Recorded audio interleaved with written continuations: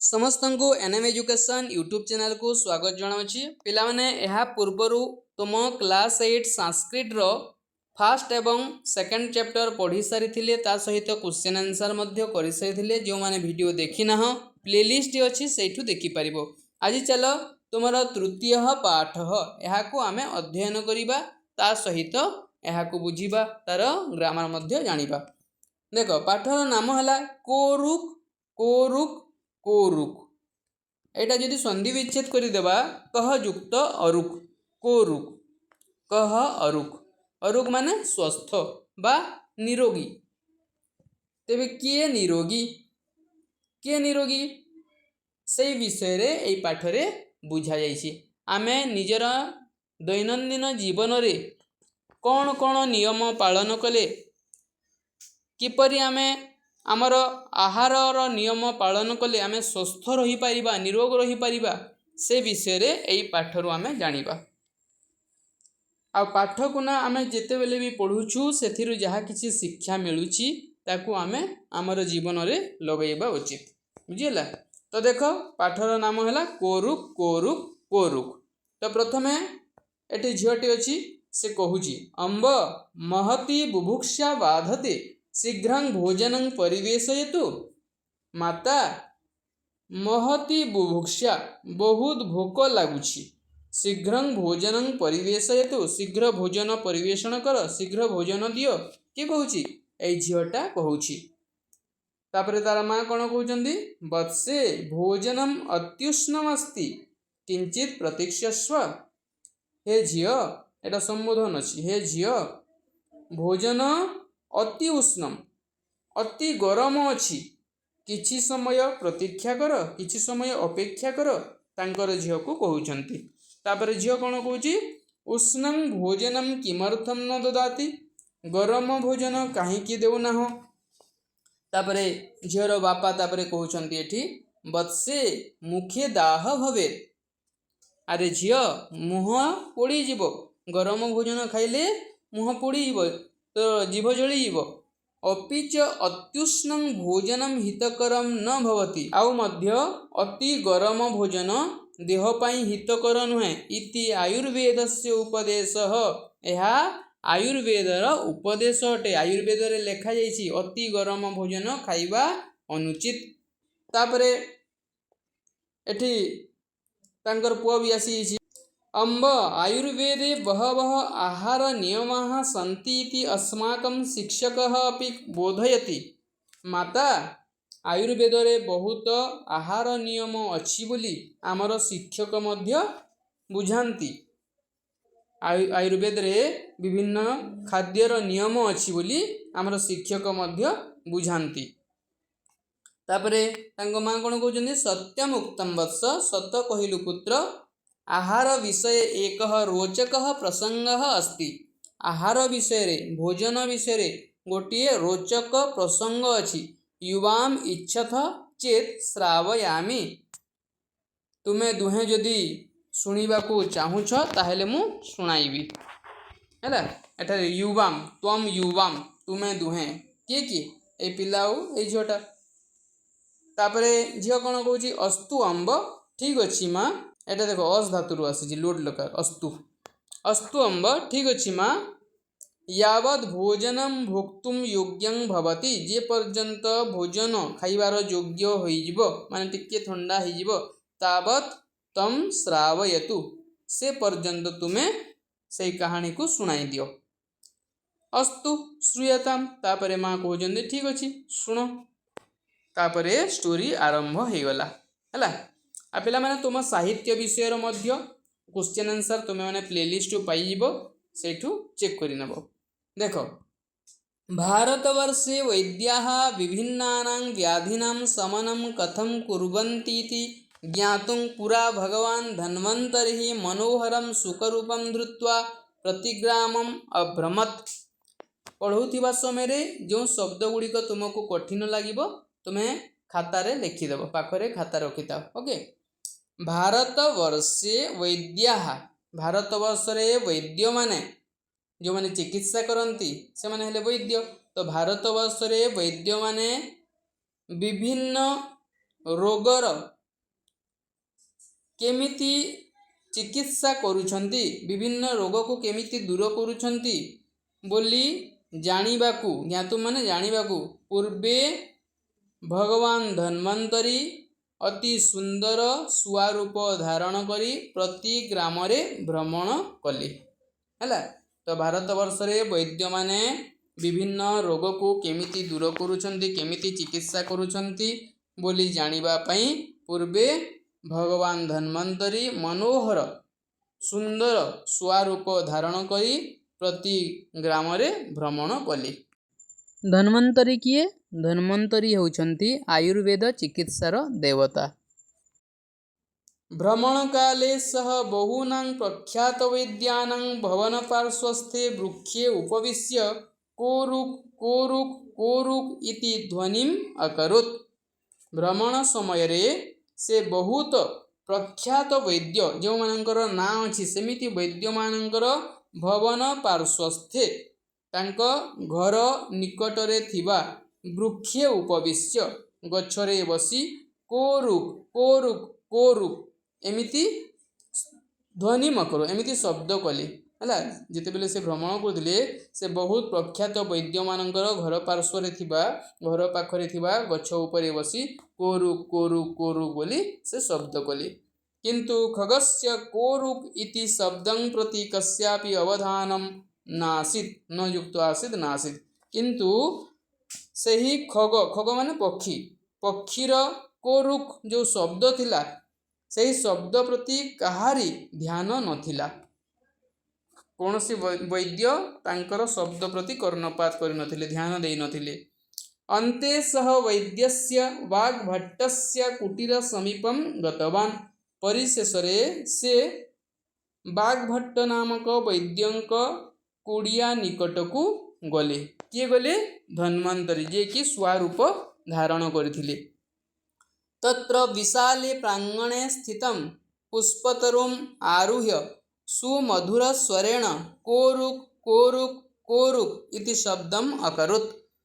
ସେଠାରେ ବିଶାଳ ପ୍ରାଙ୍ଗଣେ ସ୍ଥିତଂ, ବିଶାଳ ଅଗଣାରେ ଥିବା ପୁଷ୍ପତରୁମ୍ ଫୁଲଗଛ ଆରୁହ୍ୟ, ଫୁଲଗଛକୁ ଚଢ଼ି ମାନେ ଫୁଲଗଛରେ ବସି ସୁମଧୁର ସ୍ୱରେଣ, ମଧୁର ସ୍ୱରରେ କୋରୁକ୍ କୋରୁକ୍ କୋରୁକ୍ ଇତି ଶବ୍ଦଂ ଅକରୋତ୍, କେମିତି ଶବ୍ଦ କଲେ? କୋରୁକ୍ କୋରୁକ୍ କରିକି ସେ ଶବ୍ଦ କଲା। ହେଲା, ତ ସେଠାରେ ବିଶାଳ ଅଗଣା ଥିଲା, ଅଗଣାରେ ଗୋଟିଏ ଫୁଲ ଗଛ ଥିଲା, ସେଠାରେ ସେ ବସିକି ମଧୁର ସ୍ୱରରେ କୋରୁକ୍ କୋରୁକ୍ ଶବ୍ଦ କଲେ। କିଏ? ଧନ୍ୱନ୍ତରୀ, ଯିଏକି ସ୍ୱରୂପ ଧାରଣ କରିଥିଲେ। ମଧୁରା ବାଣୀଂ ଶ୍ରୁତ୍ୱା ଚିକିତ୍ସା ନିରତଃ ବାଗ୍ଭଟ୍ଟଃ ପ୍ରାଙ୍ଗଣମ୍ ଆଗତ୍ୟ ସର୍ବାସୁ ଦିକ୍ଷୁ ଅପଶ୍ୟତ୍। ମଧୁର ବାଣୀ ଶୁଣି ଚିକିତ୍ସା କରୁଥିବା ବାଗ୍ଭଟ୍ଟ ଅଗଣାକୁ ଆସି ସବୁ ଦିଗକୁ ଦେଖିଲେ, ଚାରି ଦିଗକୁ ଦେଖିଲେ। କ୍ଷଣାଦ୍ ବାଗ୍ଭଟ୍ଟଃ ମନୋହରଂ ତଂ ଶୁକମ୍ ଅପଶ୍ୟତ୍। କିଛି ସମୟ ପରେ ବାଗ୍ଭଟ୍ଟ ସେହି ସୁନ୍ଦର ଶୁକକୁ, ସେହି ସୁନ୍ଦର ଶୁଆକୁ ଦେଖିଲେ। ହେଲା, ସାର୍ଥକଂ ମାନୁଷଧ୍ୱନିଂ କୁର୍ବନ୍ତଂ ଶୁକଂ ଦୃଷ୍ଟ୍ୱା ବିସ୍ମିତଃ ବାଗ୍ଭଟ୍ଟଃ ଚିନ୍ତିତବାନ୍। ସାର୍ଥକଂ ମାନୁଷ ଧ୍ୱନି, ପୁରାପୁରି ମନୁଷ୍ୟର ଧ୍ୱନି ଭଳି ଶବ୍ଦ କରୁଥିବା ଶୁଆକୁ ଦେଖି ବିସ୍ମିତ ହୋଇ ବାଗ୍ଭଟ୍ଟ ଚିନ୍ତା କଲେ, ନାୟମ୍ ଲୌକିକଃ ଖଗଃ ନ ଅୟମ୍ ନାୟମ୍। ଇଏ ଲୌକିକ ଖଗ ନୁହେଁ, ଏହି ସଂସାର, ଏହି ମର୍ତ୍ତ୍ୟଲୋକର ପକ୍ଷୀ ନୁହେଁ, ଏଷଃ ନିଶ୍ଚୟେନ କଶ୍ଚନ ଦେବବିଶେଷଃ ଅସ୍ତି। ଏହା ନିଶ୍ଚୟ କୌଣସି ଏକ ଦେବତା ଅଟନ୍ତି। ସଃ ଝଟିତି ତସ୍ମୈ ବିହଗାୟ ମଧୁରାଣି ଫଲାନି ସମର୍ପିତବାନ୍। ସେ ଶୀଘ୍ର ସେହି ପକ୍ଷୀକୁ ମଧୁର ଫଳ ଦେଲେ। ପରନ୍ତୁ ସଃ ଖଗଃ ଫଳାନି ନ ଗୃହୀତ୍ୱା ପୁନରପି ତଥୈବ କୋରୁକ୍ କୋରୁକ୍ କୋରୁକ୍ ଇତି ପ୍ରଶ୍ନସ୍ୱରେଣ ଶବ୍ଦମ୍ ଅକରୋତ୍। ସଃ ଝଟିତି ତସ୍ମୈ ବିହଗାୟ ମଧୁରାଣି ଫଲାନି ସମର୍ପିତବାନ୍। ସେ ଶୀଘ୍ର ସେହି ପକ୍ଷୀକୁ ମଧୁର ଫଳ ଦେଲେ, କିନ୍ତୁ ସେହି ପକ୍ଷୀଟି ଫଳାନି ନ ଗୃହୀତ୍ୱା, ସେ ଫଳ ଗ୍ରହଣ କଲା ନାହିଁ। ପୁନରପି, ପୁଣି ମଧ୍ୟ ସେ କ'ଣ କଲା? ସେହିପରି କୋରୁକ୍ କୋରୁକ୍ एमिति प्रश्न स्वरेण प्रश्न पचारिला भली शब्द कला जेमिति कि किछि गोटे प्रश्न पचारुछि। अथ वैद्य वाग्भट्ट चिंतयत यहाँ परे वैद्य वाग्भट्ट चिंता कले यत से चिंता कले जे यावत् खगः स्व प्रश्नानाम उत्तराणि न प्राप्नोति जे पर्यंत एही पक्षीटी निज प्रश्नर उत्तर न पाइब तावद अयं भोजनम न वांछति इति से पर्यंत ये भोजन ग्रहण करिब नाही। तो बाघभट्ट कौन चिंता कले जे पर्यंत ये पक्षीटी निज प्रश्नर उत्तर न पाइब ताहेले ये भोजन करिब नाही एमिति से चिंता कले। ततः सह अचिरात एव संधि अचिरात युक्त एव से अचिरात एव बहुत शीघ्र सूत्र रूपाणि त्रीणि उत्तराणि प्राददात सूत्र रूपरे तीनोटी उत्तर देले। से तीनोटी प्रश्न पचारिला को रोग एमिति किए स्वस्थ किए स्वस्थ किए स्वस्थ बा किए निरोग एमिति प्रश्न पचारिला। तेबे सूत्र रूपरे तीनोटी उत्तर देले बाघभट्ट कौन कौन सेटा हितभुक मितभुक एवं ऋतुभुक। तेबे हितभुक मितभुक एवं ऋतुभुक माने कौन चलो एही चैप्टर रु तार अर्थ जानिबा। समुचितम उत्तरम श्रुत्वा समुचित उत्तर सुनी अत्यंतं प्रीतः अति खुशी हुई सह सुखः बाघभट्टेन अर्पितानि फलानि खादितवान सही सुआ बाघभट्टंक द्वारा दिया जाइथिबा सही फल को खाइला। ततः सुखरूपः धन्वन्तरी बाघभट्टं उक्तवान तापरे स्वरूप धारण करितबा धन्वन्तरी बाघभट्टंकु कहिले वत्स अहम धन्वन्तरी अस्मि हे पुत्र मो धन्वन्तरी अटे उत्तमस्य वैद्यस्य अन्वेषणाय भारतवर्षे सर्वत्र परिभ्रमन् अत्र समागतः उत्तम वैद्यर अन्वेषण करी उत्तम वैद्य को खोजिबा पई भारतवर्ष रे सबुआड़े परिभ्रमण करी एठाकू आसीअछि। तब उत्कृष्टेन आयुर्वेद ज्ञानेन अहम अतीव संतुष्टः अस्मि तुमर उत्कृष्ट आयुर्वेद ज्ञान द्वारा मु अत्यंत संतुष्ट तुमर आयुर्वेद ज्ञान देखि मु बहुत खुशी।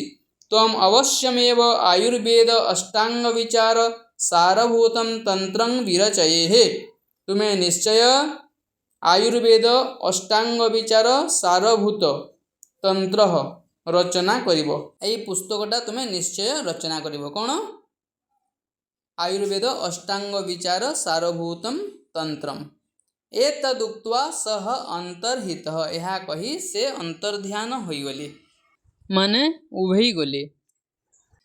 एतत् सर्वं दूरात् पश्यन्तः ए सबु किछि दूररु देखुथिबा विस्मिताः शिष्याः आश्चर्य होई शिष्य माने आचार्य वाग्भट्टस्य समीपम आगत्य अपृच्छन् आचार्य वाग्भट्टंकर निकट को आसी पचारिले क्यों माने शिष्य माने। तो ये सबु दूररु देखुथिबा विस्मित छात्र माने आचार्य वाग्भट्टंक निकट को आसी पचारिले गुरुवर हे गुरुवर सुखः कोरुक इति उक्तवान सुआ कोरुक एमिति पचारिला। तस्य कः अर्थ तार अर्थ कौन अपि च भवान किम उत्तरम दत्तवान आउ मध्य आपण कौन उत्तर देले।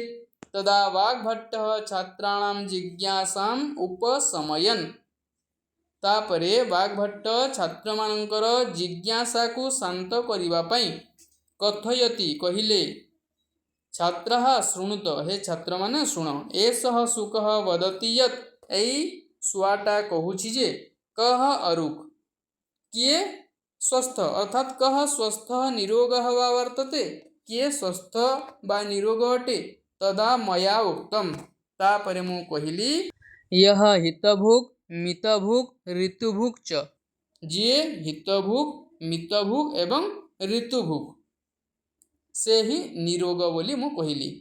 सह एव सर्वदा स्वस्थ भवति से ही सबुबेले स्वस्थ रहे। छात्रः पुनः जिज्ञासया अपृच्छन् छात्र माने पुणी तांकर जिज्ञासा हेतु तांकर जानिबार इच्छा हेतु पचारिले आचार्य हे गुरुवर हितभुग् मितभुग् ऋतुभुग् इति एतेषां कः आशयः? हितभुग् मितभुग् ऋतुभुग् एहार अर्थ कौन? बाग्भट्टः वदति। बाग्भट्ट कहिले शिष्याः हे शिष्य माने महर्षेः चरकस्य नाम भवन्तः जानन्ति। महर्षि चरकंकर नाम आपण माने जानिछन्ति। सह हितभुग् विषये कथयति। से हितभुग् विषय रे कुहन्ति तच्च नित्यं प्रयुञ्जीत स्वास्थ्यं येनानुवर्तते अजातानां विकाराणाम् अनुत्पत्तिकरं च यत्। से हितभुग् विषय रे कुहन्ति कौन कुहन्ति तच्च नित्यं प्रयुञ्जीत ताहाकु सही खाद्य को नित्यम प्रतिदिन प्रयुञ्जीत उपयोग करिबा उचित माने खाइबा उचित। सही भली खाद्य आमे खाइबा उचित। स्वास्थ्यम येन अनुवर्तते जाद्वारा स्वास्थ्य रक्षा हुई माने कौन बुझिल आमे सही भली खाद्य प्रतिदिन खाइबा उचित जहाद्वारा आमर स्वास्थ्य रक्षा हुए आमर स्वास्थ्य भल रुहे सही भली खाद्य आमे ग्रहण करिबा उचित। अजातानाम जात होई नथिबा विकाराणाम रोग अनुत्पत्तिकरम चयत माने जो रोग जात हेबाकू बाकी थाए सही भली खाद्य जदि आमे ग्रहण करिबा ताहा आउ उत्पन्न होई पारिबो नाही। जोटा हेबाकू बाकी अछि सही भली रोग आउ हेबो नाही। बुझिला तो सही भली सुस्थकर खाद्य आमे खाइबा उचित। तो एठारे ताहार अर्थ मध्य दियाइछि अर्थात यस्य आहारस्य सेवनेन अर्थात जो आहार सेवन करिबा द्वारा स्वास्थ्यस्य रक्षणं भवेत् स्वास्थ्य रक्षा हुए न जातानाम अर्थात अनुत्पन्नानाम विकाराणाम उत्पत्तिः न भवेत्। जात होई नथिबा रोग माने जो रोग हेबाकू बाकी थाए सही भली रोग आउ हुए नाही तादृशः आहारः सेवनीयः सही भली आहार आमे खाइबा उचित। बुझिला माने जो रोग हेबाकू बाकी थेबो ताहा मध्य आउ हेबो नाही सही भली आमे आहार सही भली खाद्य आमे खाइबा उचित। मितभुग् विषये कथयति आचार्य। मितभुग् विषय रे आचार्य कहन्ति अल्पादाने गुरूणां च लघूनां चाति सेवने मात्रा कारणमुद्दिष्टं द्रव्याणां गुरुलाघवे।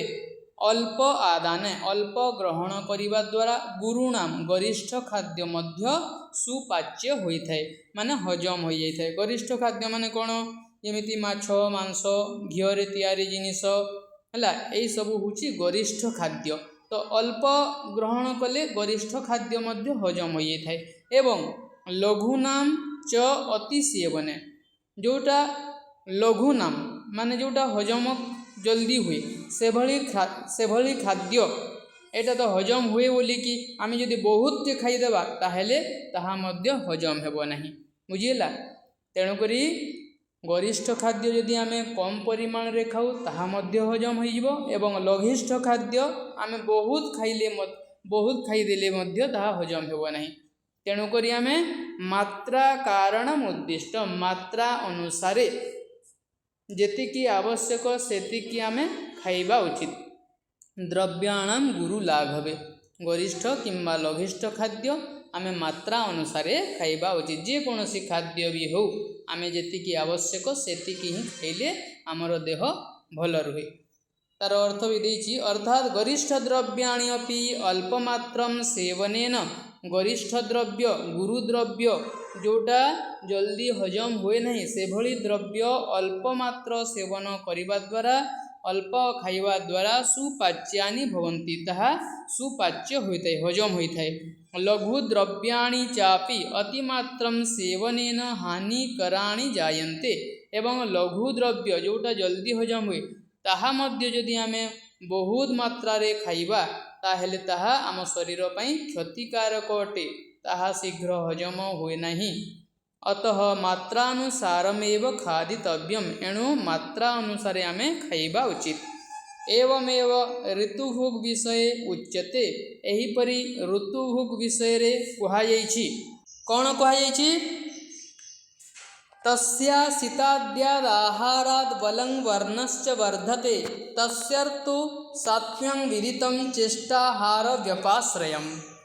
तस्य अशीताद्याद् आहारात् ସେହି ଖିଆଯାଇଥିବା ଆହାର ବା ଖାଦ୍ୟ ବଳମ୍ ବର୍ଣ୍ଣଶ୍ଚ ବର୍ଧତେ ଆମର ବଳକୁ ବଢ଼ାଇଥାଏ, ଆମର ବର୍ଣ୍ଣ କାନ୍ତି ତେଜକୁ ବଢ଼ାଇଥାଏ।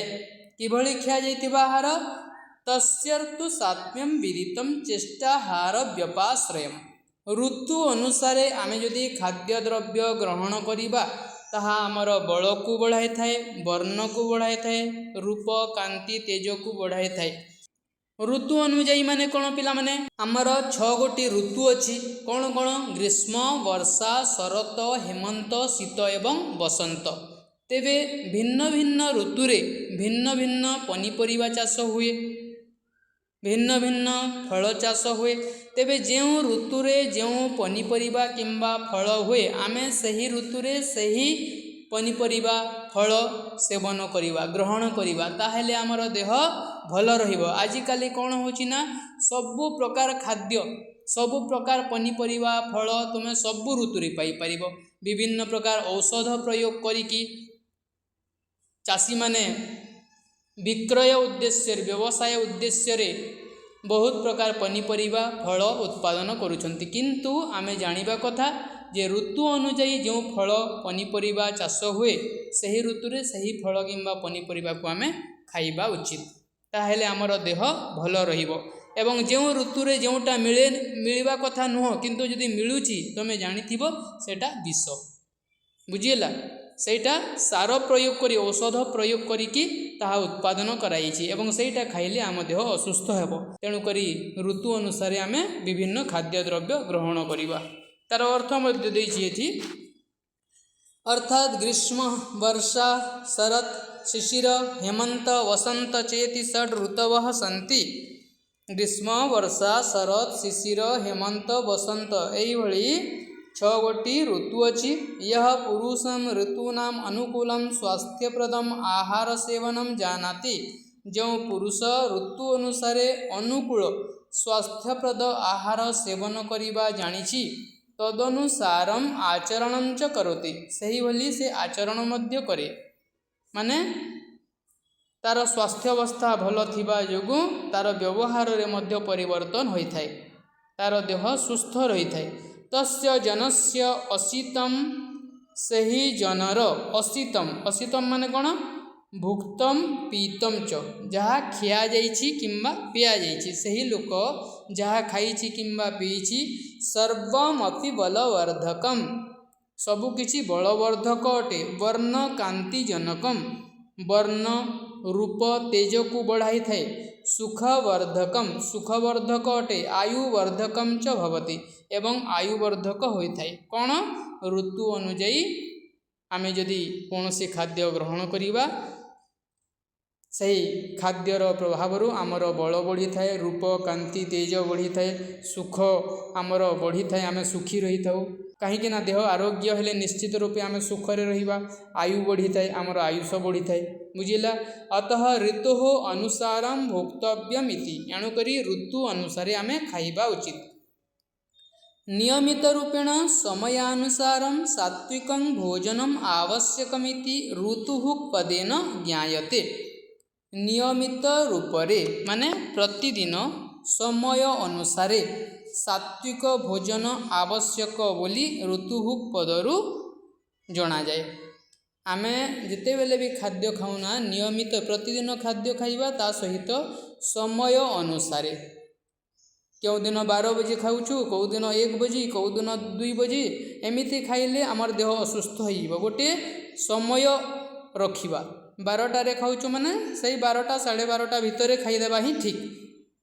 ଏବଂ ଏଭଳି କଲେ କ'ଣ ହୁଏ ନା ଠିକ୍ ସେହି ସମୟ ଯେମିତି ହୋଇଯିବ ଆମକୁ ଭୋକ ଲାଗିବ, ଏବଂ ଯେତେବେଳେ ଭୋକ ଲାଗୁଥିବ ଏବଂ ଖାଦ୍ୟ ଗ୍ରହଣ କରିବ ତାହା ସୁପାଚ୍ୟ ହୋଇଥାଏ, ତାହା ହଜମ ହୋଇଥାଏ, ଆମର ଦେହ ସୁସ୍ଥ ରହିଥାଏ।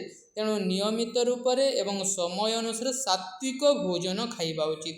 ସାତ୍ୱିକ ଭୋଜନ ମାନେ କ'ଣ ପିଲାମାନେ? ଯେଉଁଟା ଆମେ ଦେବତାଙ୍କୁ, ଭଗବାନଙ୍କୁ ଭୋଗ ଲଗାଇଥାଉ ସେ ସବୁ ହେଉଛି ସାତ୍ୱିକ ଭୋଜନ। ବୁଝିଲା।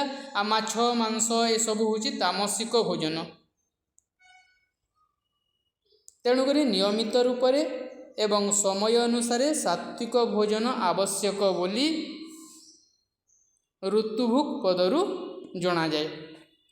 ତାପରେ ଏତତ୍ ସର୍ବଂ ଶ୍ରୁତ୍ୱା, ଏହି ସବୁ ଶୁଣି କଶ୍ଚନ ଛାତ୍ରଃ ବାଗ୍ଭଟ୍ଟମ୍ ଅପୃଚ୍ଛତ୍, କୌଣସି ଏକ ଛାତ୍ର ବାଗ୍ଭଟ୍ଟଙ୍କୁ ପଚାରିଲା, ଆଚାର୍ଯ୍ୟ, ହେ ଆଚାର୍ଯ୍ୟ, ହିତଭୁକ୍ ଆଦି ବିଷୟ ବୟଂ ତୁ ଜ୍ଞାତବନ୍ତଃ।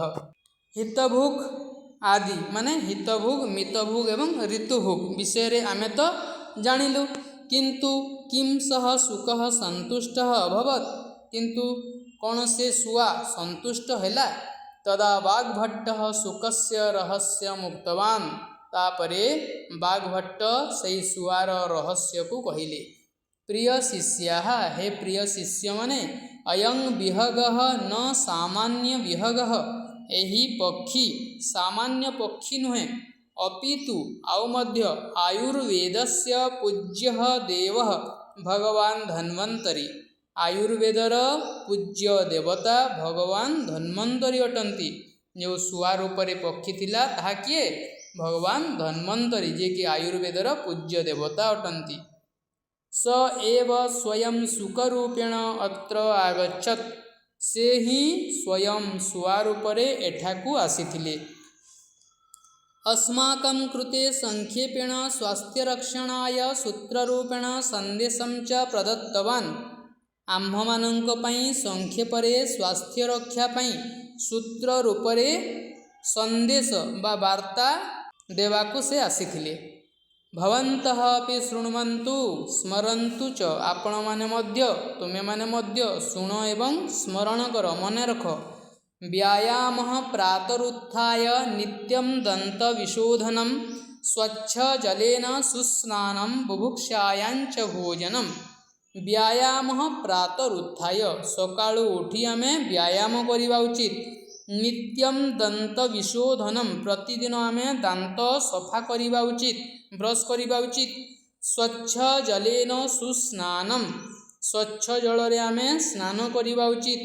ବୁଭୁକ୍ଷାୟାଞ୍ଚ ଭୋଜନମ୍, ଏବଂ ଭୋକ ଲାଗିବା କ୍ଷଣି ଆମେ ଭୋଜନ କରିବା ଉଚିତ। ଏହିସବୁ ନିୟମ ପାଳନ କଲେ ଆମର ଦେହ ସୁସ୍ଥ ରହିବ। अस्माकं ଋଷୟଃ ନିତ୍ୟଂ ପ୍ରାର୍ଥନାମପି କୁର୍वन्ति, ଆମ୍ଭମାନଙ୍କର ଋଷିମାନେ, ଭାରତବର୍ଷରେ ଯେଉଁ ଋଷିମାନେ ଅଛନ୍ତି ସେମାନେ ମଧ୍ୟ ପ୍ରତିଦିନ ପ୍ରାର୍ଥନା କରନ୍ତି। ବୟମପି ସ୍ମରାମଃ, ଆମ୍ଭେମାନେ ମଧ୍ୟ ସେହି ପ୍ରାର୍ଥନାକୁ ମନେ ରଖିବା। କ'ଣ? ସର୍ବେ ଭବନ୍ତୁ ସୁଖିନଃ, ସର୍ବେ ସନ୍ତୁ ନିରାମୟଃ, ସର୍ବେ ଭଦ୍ରାଣି ପଶ୍ୟନ୍ତୁ ମା କଶ୍ଚିଦ୍ ଦୁଃଖଭାଗ୍ ଭବେତ୍। ସର୍ବେ ଭବନ୍ତୁ ସୁଖିନଃ ମାନେ ସମସ୍ତେ ସୁଖରେ ରୁହନ୍ତୁ। ସର୍ବେ ସନ୍ତୁ ନିରାମୟଃ, ସମସ୍ତେ ନିରାମୟରେ ରୁହନ୍ତୁ ମାନେ ନିରୋଗରେ ରୁହନ୍ତୁ। ସର୍ବେ ଭଦ୍ରାଣି ପଶ୍ୟନ୍ତୁ, ସମସ୍ତେ ଭଲ କଥା ଦେଖନ୍ତୁ, କେହି ମନ୍ଦ କଥା ଦେଖନ୍ତୁ ନାହିଁ। ମା କଶ୍ଚିଦ୍ ଦୁଃଖଭାଗ୍ ଭବେତ୍, କେହି ମଧ୍ୟ ଦୁଃଖରେ ଭାଗୀ ହୁଅନ୍ତୁ ନାହିଁ। ହେଲା, ଏଇଟା ଆମ ଋଷିମାନେ ପ୍ରାର୍ଥନା କରନ୍ତି ଏବଂ ଆମ୍ଭେମାନେ ମଧ୍ୟ ପ୍ରାର୍ଥନା କରିବା ଉଚିତ। ବୁଝିଲା? ତେବେ ପାଠ ତ ସମାପ୍ତ ହେଲା। ବର୍ତ୍ତମାନ ଏଠାରେ କେତେ ଗୁଡ଼ିଏ ଶବ୍ଦାର୍ଥ ଅଛି ଦେଖିନିଅ, ତାପରେ ଏଥିରେ ଥିବା ସନ୍ଧି ବିଚ୍ଛେଦ ମଧ୍ୟ ଦେଖିନେବା। ଦେଖ, ନିରାମୟଃ, ନିରାମୟଃ ମାନେ ସୁସ୍ଥ। ଅରୁକ୍, ଅରୁକ୍ ମାନେ ସ୍ୱସ୍ଥ ବା ନିରୋଗ। ଝଟିତି, ଝଟିତି ମାନେ ଶୀଘ୍ର। ହିତଭୁକ୍ ମାନେ ହିତକର ଖାଦ୍ୟ ଖାଉଥିବା ଲୋକ। ମିତଭୁକ୍, ମାତ୍ରାନୁସାରେ ଖାଦ୍ୟ ଖାଉଥିବା ଲୋକ, ଯେତିକି ଆବଶ୍ୟକ ସେତିକି ଖାଦ୍ୟ ଖାଉଥିବା ଲୋକକୁ ମିତଭୁକ୍ କୁହାଯାଏ। ଋତୁଭୁକ୍, ଋତୁ ଅନୁକୂଳ ଖାଦ୍ୟ ଖାଉଥିବା ଲୋକ। ହେଲା, ଋତୁ ଅନୁସାରେ ଯେଉଁ ଋତୁରେ ଯେଉଁ ପନିପରିବା କିମ୍ବା ଫଳ ମିଳେ ସେହି ଖାଦ୍ୟ ଖାଉଥିବା ଲୋକ। ତାପରେ ପ୍ରୟୁଞ୍ଜିତ ମାନେ ପ୍ରୟୋଗ କରିବା ଉଚିତ। ପ୍ରୟୁଞ୍ଜିତ ମାନେ କ'ଣ? ପ୍ରୟୋଗ କରିବା ଉଚିତ। ଅନୁବର୍ତ୍ତତେ, ଏଇଟା ଅନୁବର୍ତ୍ତତେ ହେବ। ଅନୁବର୍ତ୍ତତେ ମାନେ ଅନୁସରଣ କରେ। ଅଜାତାନାମ୍, ଜନ୍ମ ହୋଇନଥିବା। ଅନୁତ୍ପତ୍ତିକରମ୍ ମାନେ ବିକାର ରହିତ। लघुनाम माने शीघ्र हजम हेउथिबा, उद्दिष्टम माने कुहाଯାଇଛି, गरिष्ठम गरिष्ठम माने कौन गुरुपाच्य जहाँ सहजरे हजम हुए नहीं, अतिमात्रम अत्यधिक मात्रारे, असिताद्यात खिया जाइथिबा, व्यपाश्रयम व्यपाश्रयम माने आश्रय, वर्णकांतिजनकम सौंदर्यवर्धक, बुभुक्षायाम भोकरे। तो ये गला तुमर शब्दार्थ। वर्तमान केते गुड़िए संधि विच्छेद देखी नेबा हला। कोरुक कह युक्त अरुक कोरुक, अत्युष्णम अति युक्त उष्णम अत्युष्णम, मनोहरम मनः युक्त हरम मनोहरम, कस्यापि कस्य युक्त अपि कस्यापि, तथैव तथा युक्त एव तथैव, शब्दम अकरोत् शब्दम युक्त अकरोत् शब्दम अकरोत्, अचिरादेव अचिरात् युक्त एव अचिरादेव, अवश्यमेव अवश्यम युक्त एव अवश्यमेव, कोऽर्थः कः युक्त अर्थः कोऽर्थः। तापरे तच्च तत् युक्त च तच्च, जेनानुवर्तते जेन युक्त अनुवर्तते जेनानुवर्तते, विकाराणामनुत्पत्तिकरं विकाराणां युक्त अनुत्पत्तिकरं, मात्राकारणमुद्दिष्टं मात्राकारणं युक्त उद्दिष्टं मात्राकारणमुद्दिष्टं, मात्रानुसारं मात्रा युक्त अनुसारं मात्रानुसारं, एवमेव एवं युक्त एव एवमेव, चातिसेवने च युक्त अतिसेवने चातिसेवने, तस्यासिताद्यादाहारात् तस्य युक्त असित युक्त आद्यात् युक्त आहारात्, तस्यासिताद्यादाहारात्, वर्णश्च वर्णः युक्त च वर्णश्च, तस्यर्तु सात्म्यं तस्य युक्त ऋतु युक्त स युक्त आत्म्यं, तस्यर्तु सात्म्यं, हितभुगादि विषये हितभुग युक्त आदि विषये हितभुगादि विषये, प्रातरुत्थाय प्रातः युक्त उत्थाय प्रातरुत्थाय, बुभुक्षायाञ्च बुभुक्षायां युक्त च बुभुक्षायां च, दुःखभाग भवेत् दुःखभाग युक्त भवेत् दुःखभाग भवेत्। एठारे देख क हो जाए एठा बुझिला ए कटा जिते बेले संधि विच्छेद हो जाए एटा ग रे परिणत हुए, एटा मन रखिबो बुझिला। तो पिला माने ए थिला तुम क्लास 8 संस्कृत रो चैप्टर 3। आसंता थर को यार प्रश्नावली करवा। जदि वीडियो भल लगिला गोटे गोटे लाइक करदेव, निज सांगसाथी मानू शेयर करदेव। आ जदि किसी डाउट थाए ताहले तुमे माने कमेंट बॉक्स रे निश्चय जणाइब। Okay, thank you.